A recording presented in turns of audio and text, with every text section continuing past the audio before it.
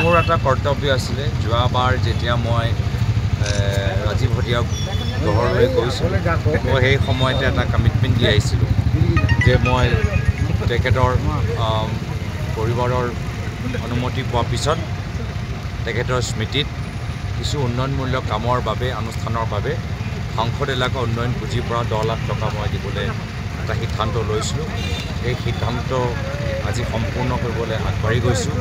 এটা উন্নয়নমূলক অনুষ্ঠানত আজি আধাৰশিলা কৰিবলৈ উপস্থিত হ'বলৈ গৈছোঁ আৰু ভাল লাগিছে যে আজি এই সন্ধিয়াত ভৰি দিয়া সময়তে আমাৰ কংগ্ৰেছৰ কৰ্মীখিনি ওলাই আহিছে আৰু ৰাইজে আমাক যথেষ্ট মৰম কৰিছে। মই সন্ধিয়া ৰাইজলৈ ধন্যবাদ জ্ঞাপন কৰিছোঁ। আৰু এটা কথা দাদা, যি SIR ভোটাৰ তালিকা পুনৰীক্ষণ যি ৰাষ্ট্ৰীয় কেন্দ্ৰীয় চৰকাৰৰ যি নিৰ্দেশনা আহিছে সেই সন্দৰ্ভত কি ক'ব?